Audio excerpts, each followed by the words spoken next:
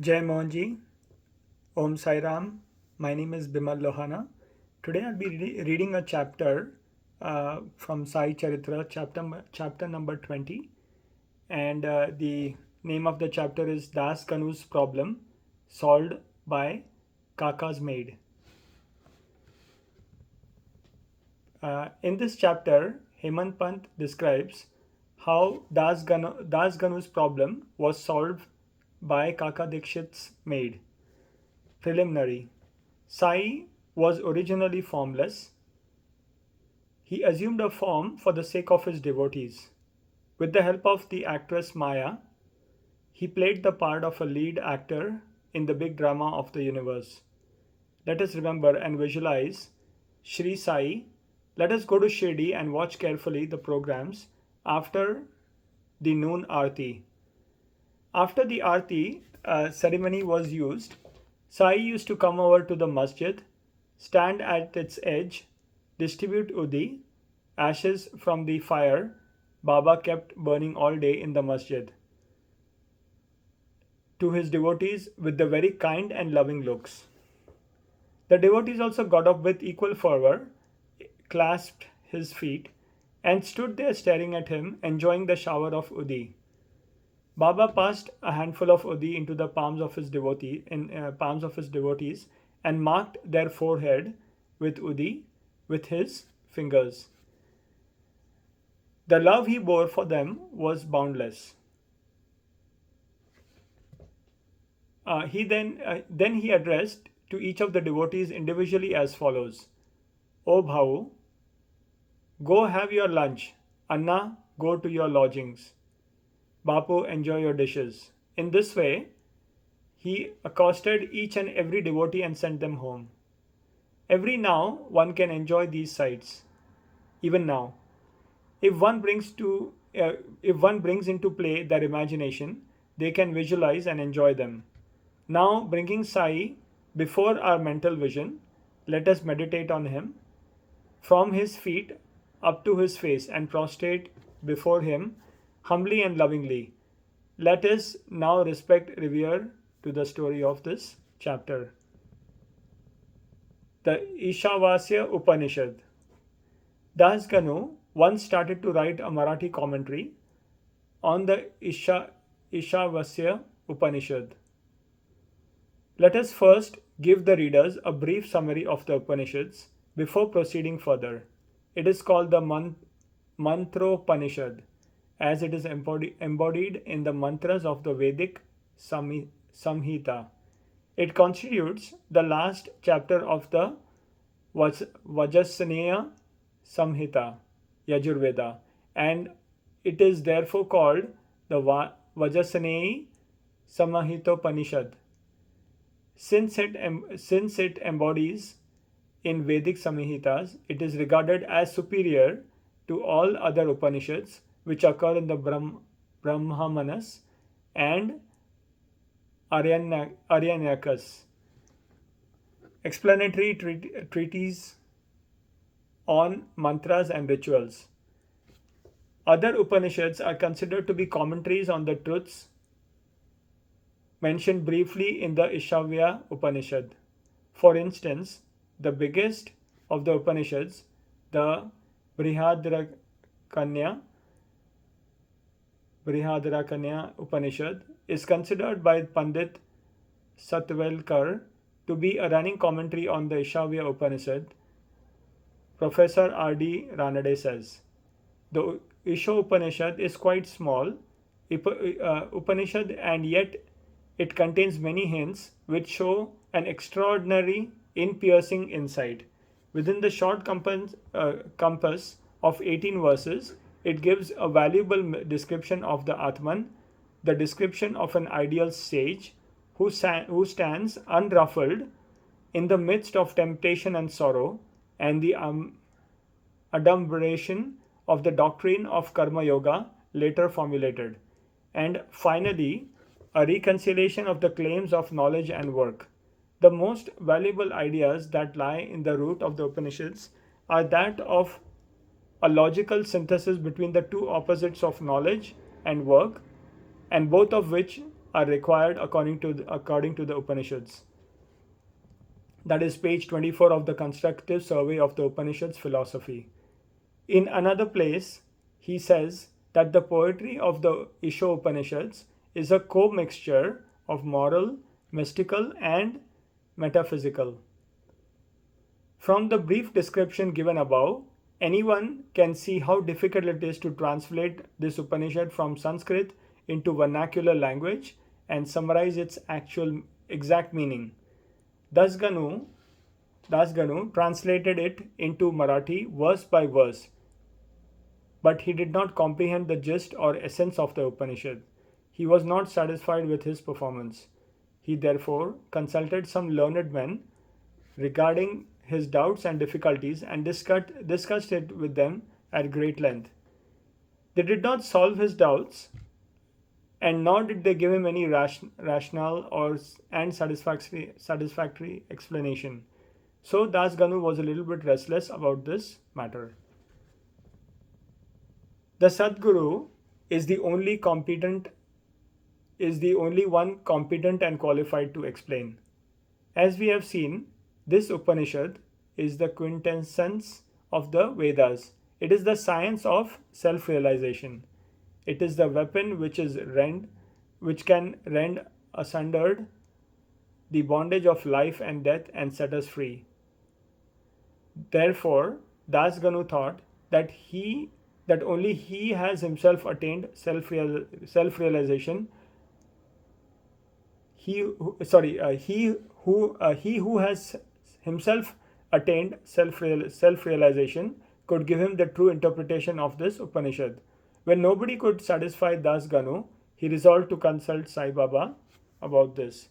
When he got an opportunity to go to Shirdi, he saw Sai Baba prostrated before him and mentioned the difficulties about the Ishavasya Upanishad and requested Baba to give him the correct solution.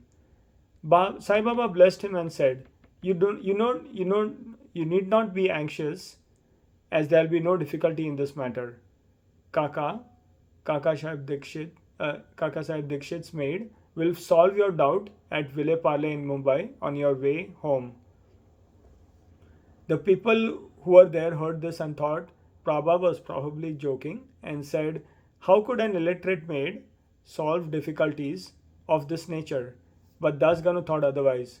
He was sure that whatever Baba said must come true, as Baba's words was the decree of Brahma, the Almighty. Kaka's maid. Since Das Ganu fully trusted Baba's words, he left Shirdi and came to Ville Parle, a suburb of Bombay, and stayed with Kaka Sahib Dikshit. The next day, when Das Ganu was enjoying a nap, some say when he was engaged in worship, he heard a poor girl singing a beautiful song in a clear and melodious voice. The subject matter of the song was crimson-colored sari, how nice it was, how fine its embroidery was, how beautiful its end and borders were, etc. He liked that song so much that he came out of his room and saw that it was sung by a young girl, the sister of the servant of Kaka Sahib's. The girl was cleaning vessels and only had a torn rag on her person, and had a torn rag on her person. On seeing her impoverished condition and her jovial temperament, Das Ganu felt pity for her, and when Rao Bahadur M.V. Pradhan gave him a pair of dhotars the next day, he requested Mr. Pradhan to give the poor girl a sari. Rao Bahadur bought a good sari and presented it to her. Like a starving person getting good dishes to eat, her joy knew no bounds. The next day she wore the new sari, and with great joy and merriment, whirled, danced and played with other girls. The following day she kept the new sari in the box at home and came with the old and torn rags, but she looked just as merry as she did on the previous day. On seeing this, Das Ganu's pity was transformed into admiration. He thought since the girl was poor, she had to wear a torn rag, but now she has a new sari, so she has kept it in reserve, and despite wearing the old rag, showed no trace of sorrow or dejection. And thus he realized that our feelings of pain and of pleasure depend on the attitude of our mind. On thinking deeply about this incident, he realized that the man who ought to enjoy whatever God has bestowed on him, with the firm conviction that God besets him on all sides, and that whatever is bestowed on him by God for must be for his good. In this particular case, the impoverished condition of the poor girl, her torn rag, the new sari, the donor, and the acceptance were all pervaded by the Lord. Hence, Das Ganu got a practical demonstration of the lessons of Upanishad, the lesson of contentment with one's own lot, in the belief that whatever happens is ordained by God and is ultimately good for us. Unique method of teaching. The above incident, the reader from the above incident, the reader will see that Baba's method was quite unique and varied. Though Baba never left Shirdi, he sent some to Machindragad, Kolhapur or Sholapur to practice sadhanas. To some he appeared in his usual form, while to others he appeared when they were awake or dreaming and satisfied their desires. It is impossible to describe all the methods that Baba used in imparting instruction to his devotees. In this particular case, he sent Das Ganu to Vileparle where he solved Das Ganu's problem through the maid's sister. To those who say it was not necessary to send Das Ganu to Vileparle and that Baba could have personally taught him, we say that Baba follows the best course. How else could Das Ganu have learned such a great lesson? How could he have learned that the poor maid and her sari were pervaded by the Lord in such a practical way? Now we close the chapter with another beautiful extract about this Upanishad. The ethics of Ishavasya Upanishad. One of the main features of the Ishavasya Upanishad is its ethical advice it offers. And it is interesting to note that the ethics of the Upanishads are definitely based upon the metaphysical position advanced in it. The very opening words of the Upanishad tell us that the God pervades everything.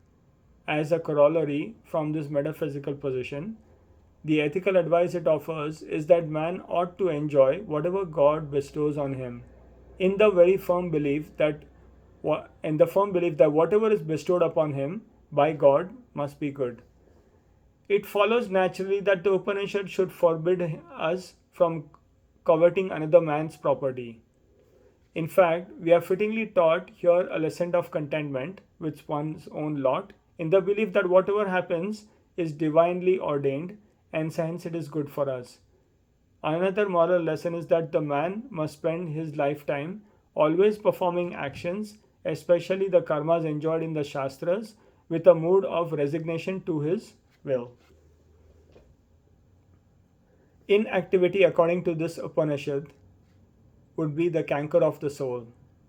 It is only when a man spends his lifetime in doing actions in this manner he can hope to attain the ideal of Naishkarmya. Yeah. Finally, the text goes on to say that a man who sees all these beings in the self sees the self as existing in all beings, and for whom everything that exists has become the self can never suffer infatuation. What ground would such a man have for grief? Anger, infatuation, and grief verily proceed from our not being able to see the Atman in all things.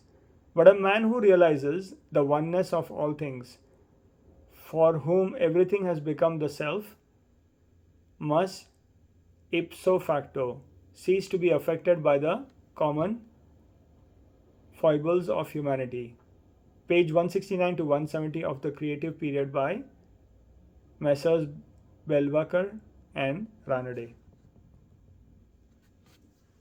Bow, Messrs. Belwakar and Ranade.